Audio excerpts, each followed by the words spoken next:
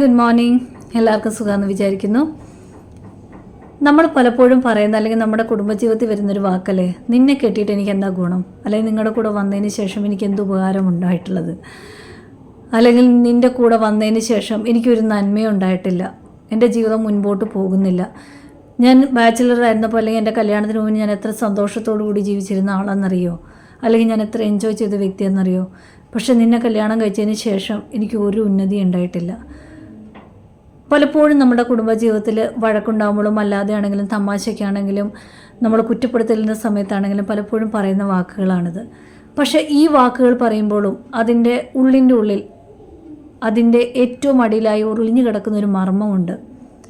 നമ്മൾ പറയാതെ പറയുകയാണ് നമ്മുടെ പങ്കാളിയോട്, അല്ലെങ്കിൽ നമ്മുടെ പാർട്ട്ണറിനോട് നമ്മൾ പറയാതെ പറയുകയാണ്, നിങ്ങളില്ലാതെ അല്ലെങ്കിൽ നീ ഇല്ലാതെ എൻ്റെ ജീവിതം മുന്നോട്ട് കൊണ്ടുപോകാൻ എനിക്ക് കഴിയില്ല.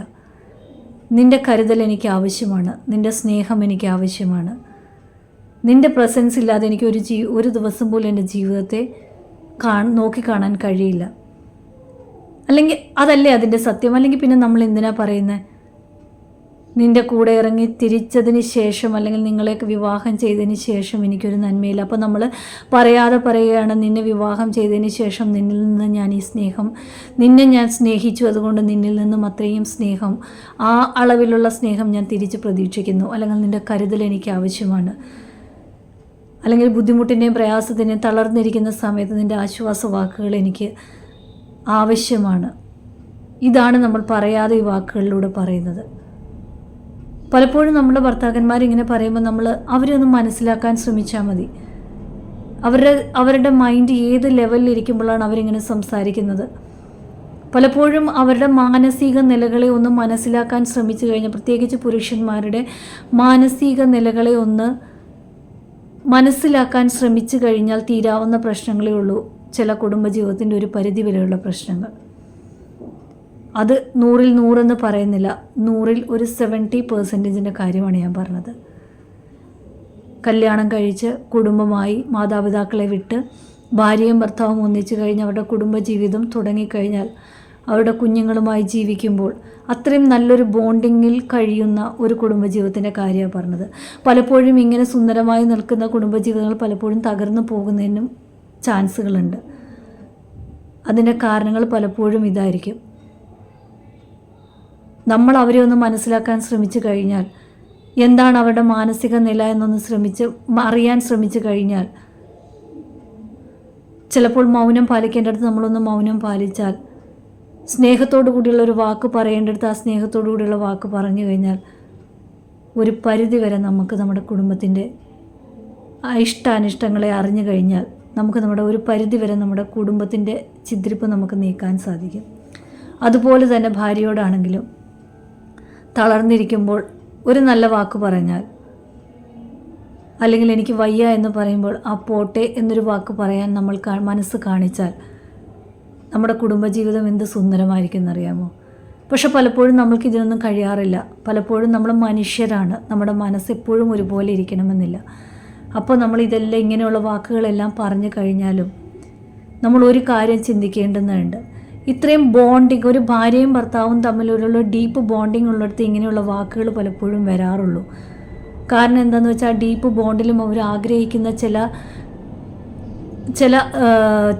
അതിരുകളുണ്ട്. അതായത് നമ്മൾ എത്രത്തോളം നമ്മൾ ആ കുടുംബജീവിതത്തിൽ ആ ഒരു വ്യക്തിക്ക് ഒരു ഇമ്പോർട്ടൻസ് കൊടുക്കണമെന്നുള്ളതിന് ആ ഒരു ബൗണ്ടറിക്ക് അടുത്തേക്ക് പോലും നമ്മൾ വരാതിരിക്കുമ്പോഴാണ് നമ്മൾ ഈ വാക്കുകൾ പറയുന്നത്. ഇങ്ങനെയുള്ള കുടുംബജീവിതത്തിലുണ്ടല്ലോ, ഭാര്യ തനിച്ചായി കഴിഞ്ഞാൽ അല്ലെങ്കിൽ ഭർത്താവ് തനിച്ചായി കഴിഞ്ഞാൽ അന്നേരമാണ് നമ്മൾക്ക് ആ ഒരു പ്രസൻസിൻ്റെ വില മനസ്സിലാവുന്നത്. ചിലപ്പോൾ ആ ഒരു സമയമാകുമ്പോഴത്തേക്കും, തിരിച്ചറിവിൻ്റെ സമയം വരുമ്പോഴത്തേക്കും നമ്മുടെ ജീവിതം തീർന്നു പോയിട്ടുണ്ടായിരിക്കും.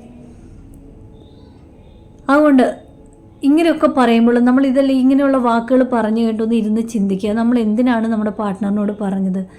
യഥാർത്ഥത്തിൽ അവരുടെ സ്നേഹം നമ്മൾ ആഗ്രഹിച്ചിട്ടല്ലേ? അല്ലെങ്കിൽ യഥാർത്ഥത്തിൽ അവരുടെ സാന്നിധ്യം അല്ലെങ്കിൽ അവരുടെ അസാന്നിധ്യം നമ്മളെ നോവിക്കുന്നു എന്നുള്ളത് കൊണ്ടല്ലേ നമ്മളിങ്ങനെ സംസാരിക്കുന്നത്? അത് തന്നെയാണ് അതിൻ്റെ വാസ്തവം. തനിച്ചായി കഴിയുമ്പോൾ, ഒറ്റയ്ക്കിരിക്കേണ്ട സാഹചര്യം വരുമ്പോൾ എത്രത്തോളം നമ്മുടെ ആ ഒരു പാർട്ട്ണറിൻ്റെ സാന്നിധ്യത്തിന് നമ്മുടെ ജീവിതത്തിൽ വിലയുണ്ടാകുമെന്ന് നമ്മൾ മനസ്സിലാക്കുന്നത്. പിന്നെ ഒരു കാര്യം കൂടെ ഉണ്ട് കേട്ടോ, നമ്മുടെ ഭർത്താവ് എത്ര ദേഷ്യക്കാരനാണെന്ന് പറഞ്ഞാലും ചില സ്വഭാവ വൈകല്യങ്ങളൊക്കെ ഉണ്ട് എന്ന് പറഞ്ഞാലും നമ്മളുടെ കൂടെ നല്ലൊരു ബോണ്ടിങ്ങിലുള്ളൊരു വ്യക്തിയാണെങ്കിൽ, നമ്മളെ സ്നേഹിക്കുന്നൊരു വ്യക്തിയാണെങ്കിൽ നമ്മൾ കൈവിട്ട് കളയരുത്. കാരണം നമ്മളൊരു ആവശ്യത്തിൻ്റെ സമയത്ത് നമ്മളുടെ ശരീരമൊന്ന് തളർന്നു കഴിഞ്ഞാൽ, നമ്മളൊന്ന് വീണു പോയി കഴിഞ്ഞാൽ ഈ ലോകത്ത് ആരുമില്ലെങ്കിലും നമ്മളെ താങ്ങാൻ ഈ 2 കരങ്ങൾ തീർച്ചയായിട്ടും കൂടെ കാണും. ചിലപ്പോൾ കോപം കാണും, മുൻകോപം കാണും, ദേഷ്യം കാണും, ചിലപ്പോൾ വലിയ കാര്യപ്രാപ്തിയൊന്നും കണ്ടുവെന്ന് വരില്ല. നമ്മളുടെ അത്ര വാചാലത്തിന് ഭയങ്കര വാക്കുകൾക്ക് വലിയ വ്യക്തതകളുള്ള ഒരു വ്യക്തിയാവണമെന്നില്ല. പക്ഷെ നമ്മളൊന്ന് തിരിച്ചറിഞ്ഞ് അവരുടെ ആ ലെവലിനെ തിരിച്ചറിഞ്ഞ് അവരെ സ്നേഹിച്ച് നമ്മുടെ കൂട്ടത്തിൽ കൂടെ നിർത്തിയാലുണ്ടല്ലോ, നമ്മൾ വീണ് പോകുമ്പോൾ ഈ ലോകത്തിലേക്ക് ഏറ്റവും നമ്മളെ താങ്ങാനുള്ള ശക്തമായ കരം ഈ വ്യക്തിയുടേതായിരിക്കും. ബാക്കി പലരും നമ്മളിൽ നിന്ന് പലതും ആഗ്രഹിച്ചിട്ടായിരിക്കും വരുന്നത്. പക്ഷേ ലോകത്തൊന്നും ആഗ്രഹിക്കാതെ, നമ്മൾ പറയില്ല അമ്മയുടെ സ്നേഹമാണ് യാതൊന്നും ആഗ്രഹിക്കാതെ ഈ ലോകത്ത് ഏറ്റവും നല്ലതായിട്ടുള്ള മനോഹരമായിട്ടുള്ളതാണ് അമ്മയുടെ സ്നേഹം. പക്ഷേ ഈ വന്ന കാലത്ത് നമുക്കത് പറയാൻ കഴിയില്ല. കാരണം ഈ ലോകത്തുള്ള അമ്മമാർ കാണിക്കുന്ന കണ്ടു കഴിഞ്ഞാൽ ദൈവമേ, പൊതുജനം കാണിക്കാത്തതാണ് സ്വന്തം കുഞ്ഞുങ്ങളോട് അമ്മമാർ ചെയ്യുന്നത്. പക്ഷെ നമ്മുടെ പങ്കാളികളെ നമ്മളൊന്ന് തിരിച്ചറിഞ്ഞത്, ഭാര്യയുമാവട്ടെ ഭർത്താവുമാവട്ടെ, ചിലപ്പോൾ ഭാര്യയ്ക്ക് വലിയ സൗന്ദര്യം ഉണ്ടായെന്ന് വരില്ല, നമ്മുടെ സ്റ്റാറ്റസിനൊത്ത് അവർക്ക് നിൽക്കാൻ കഴിഞ്ഞു എന്ന് വരില്ല, നമ്മൾ ഉദ്ദേശിക്കുന്ന പോലുള്ള വസ്ത്രധാരണമാകണമെന്ന് വരില്ല. എങ്കിലും അവരുടെ കുറവുകളെ അറിഞ്ഞ് നമ്മളോടൊന്ന് ചേർത്ത് നിർത്തിയാൽ, എപ്പോഴാണോ നമ്മളൊന്ന് താഴ്ന്നു പോകുന്നത്, നമ്മുടെ വീക്ക്നെസ് എപ്പോഴാണോ നമ്മുടെ ജീവിതത്തിൽ കയറി നമ്മുടെ ജീവിതത്തെ താളടിയാക്കുന്നത്, ആ സമയത്ത് പൂർണ്ണ ശക്തിയോടുകൂടി, പൂർണ്ണ കരുതലോടുകൂടി, സ്നേഹത്തോടുകൂടി നമ്മളെ താങ്ങാൻ ഈ കരങ്ങൾ നമ്മളുടെ കൂടെ ഉണ്ടാകും. സത്യം പറഞ്ഞാൽ ഈ ഒരു തിരിച്ചറിവാണ്, ഇങ്ങനെ തിരിച്ചറിഞ്ഞ് നമ്മളുടെ കുറവുകളെ പരസ്പരം മനസ്സിലാക്കി ജീവിക്കുമ്പോഴാണ് ആ ഒരു കുടുംബജീവിതത്തിൻ്റെ ഭദ്രതയും സ്നേഹവും എല്ലാം വരുന്നത്. കുടുംബജീവിതം എന്ന് പറയുന്നത് വഴക്കുകളുണ്ടാവും, ദേഷ്യങ്ങളുണ്ടാവും, ചിലപ്പോൾ നമ്മുടെ ഭർത്താക്കന്മാർ നമ്മുടെ ദേഹത്തുനിന്ന് കൈവച്ചെന്നും വരും. പക്ഷെ അതൊന്നും ഇതിൻ്റെ അവസാനമായിട്ടല്ല. അതെല്ലാം ഈ കുടുംബജീവിതത്തിൻ്റെ ബോണ്ടിങ്ങിൻ്റെ ഒരു ഡെപ്ത് അനുസരിച്ചിട്ടാണ്. ചിലർ കാണിക്കും, ഭയങ്കര സ്നേഹം കാണിക്കും, അയ്യോ ഒരു കുറവുമില്ലാതെയാണ് നമ്മളെ നോക്കുന്നതെന്ന് കാണിക്കും, ഭയങ്കര സ്നേഹം കാണിക്കും, ഒരു പ്രശ്നവുമില്ല, വഴക്കുമില്ല. പക്ഷേ ആ കുടുംബജീവിതം എടുത്ത് നോക്കിയാൽ അവരുടെ പുറകിൽ പല നിഗൂഢതകളും ഒളിഞ്ഞു കിടപ്പുണ്ടായിരിക്കും. അവർ ഒരു നിഗൂഢതയുടെ ഒരു ഭണ്ഡാരമായിരിക്കും അവർ. പക്ഷേ എന്നും 1ഉം 2ഉം പറഞ്ഞ് വഴക്കും ഉണ്ടാക്കി പിന്നെ സ്നേഹിച്ച് പിന്നെ അങ്ങോട്ടും ഇങ്ങോട്ടുമൊക്കെ എന്ന് പറഞ്ഞ് അങ്ങനെ ജീവിക്കുന്ന ഒരു ജീവിതങ്ങളെ എടുത്തു നോക്കി, അവരേറ്റവും കൂടുതൽ സ്നേഹത്തോടു കൂടി നിൽക്കുന്ന ഭയങ്കര ആ ഒരു ബന്ധത്തിന് വാല്യൂ കൊടുക്കുന്ന ഒരു കുടുംബജീവിതമായിരിക്കും അത്.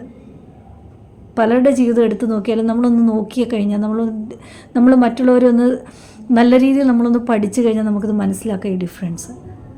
അതുകൊണ്ട് നമ്മുടെ പങ്കാളികൾക്ക് ഇച്ചിരി കുറവുണ്ടെങ്കിലും സാരമില്ലെന്നേ, നമുക്കതങ്ങ് ക്ഷമിക്കാം, നമുക്കങ്ങ് കരുതാം, അവരെ ഒന്ന് തിരിച്ചറിയാൻ ശ്രമിക്കാം. കരുതലോടുകൂടി സ്നേഹത്തോടുകൂടി മുന്നോട്ട് പോവുക. മനോഹരമായിട്ട് നമുക്ക് ഈ ജീവിതം നമ്മുടെ മക്കളോടും നമ്മുടെ ഭാര്യയോടും അല്ലെങ്കിൽ ഭർത്താവിനോടും കൂടെ ഈ ലോകത്ത് ജീവിച്ച് തീർക്കാവുന്നതേ ഉള്ളൂ. ദൈവം എല്ലാവർക്കും നല്ലൊരു ദിവസം നൽകട്ടെ എന്ന് ആശംസിച്ചുകൊണ്ട് ബൈ.